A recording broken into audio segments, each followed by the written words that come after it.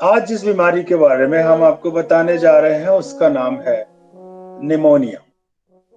बच्चों में बड़ी कॉमन हो जाती है, जरा सी ठंड लगने पे निमोनिया हो जाता है।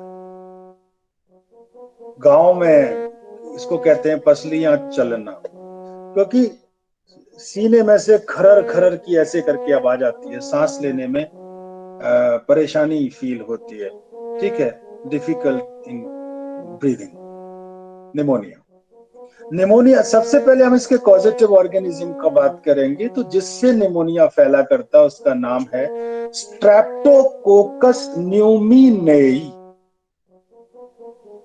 स्ट्रेप्टोकोकस न्यूमिनेई बैक्टीरिया निमोनिया करता है। इसको हम न्यूमोकोकस भी कहते हैं। न्यूमो का जब भी जिक्र हो तो लंग्स मान के चल, ठीक है। कोकस मतलब गोल गोल, इस बैक्टीरिया का साइज गोल गोल है, ठीक है। और डिप्लोकोकस न्यूमिनेई के द्वारा भी निमोनिया होता है। तो डिप्लोकोकस न्यूमिनेई कह दीजिए या इसको न्यूमोकोकस कह दीजिए, एक ही बात है।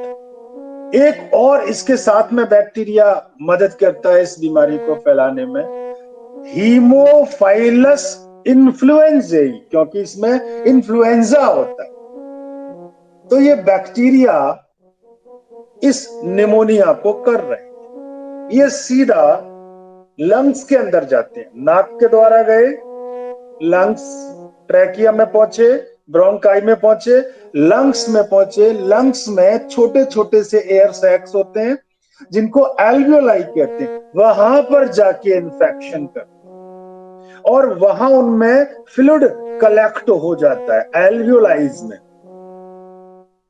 So these bacteria infect the alveoli of the lung and accumulation of fluid occur over there.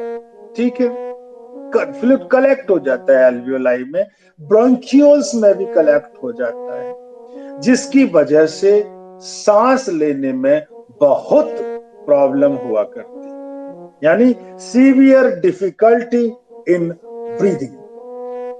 अब इंक्यूबेशन पीरियड क्या है, यानी अगर बैक्टीरिया शरीर में घुस जाए तो पहला सिम्टम निमोनिया का कितने दिन बाद आता है? 1 से 3 दिन निमोनिया का इंक्यूबेशन पीरियड, 1, 2, 3 days।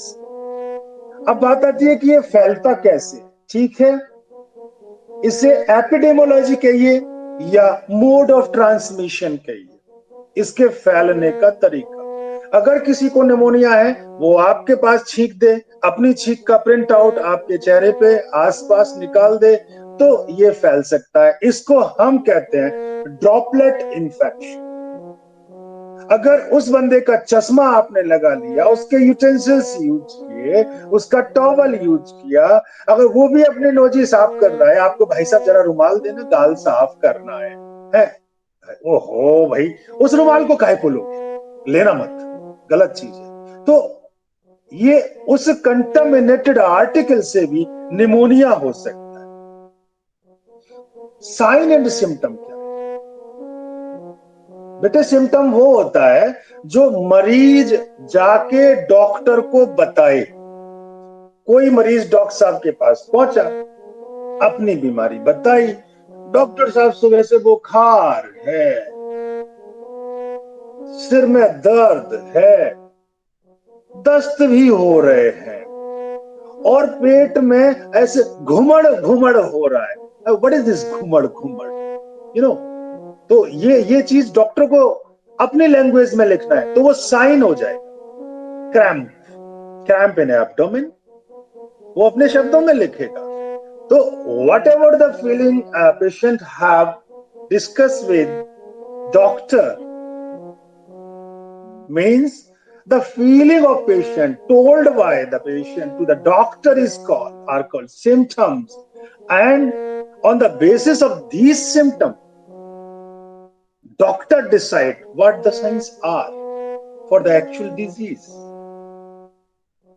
सिम्टम किसी बीमारी का एग्जैक्ट कॉज नहीं बताता, साइन डॉक्टर्स के आधार पे लिखता है, वो भी 99% है, 1% फिर बाद में वो उसको डायग्नोज किया करता है। उसके आधार पे पता लगता है बीमारी। तो बच्चों साइन एंड सिम्टम की बात करें तो सबसे पहले ठंड लगती है निमोनिया में, ठंड के बाद बुखार आ जाता है, पेन होता है सांस लेने में, ऐसे करके सांस लोगे तो पेन होगा। सीवियर केसेस जब हो जाएंगे तो जो नेल्स हैं और लिप्स हैं वो उनका कलर ब्लूइश होने लगेगा। अच्छा, सर में दर्द तो रहता है, तो ठंडी रहेगी, बुखार रहेगा, सर में दर्द रहेगा, पेन रहेगा, हेडेक रहेगा और अनइजीनेस वो बंदा फेस करे। ये था निमोनिया।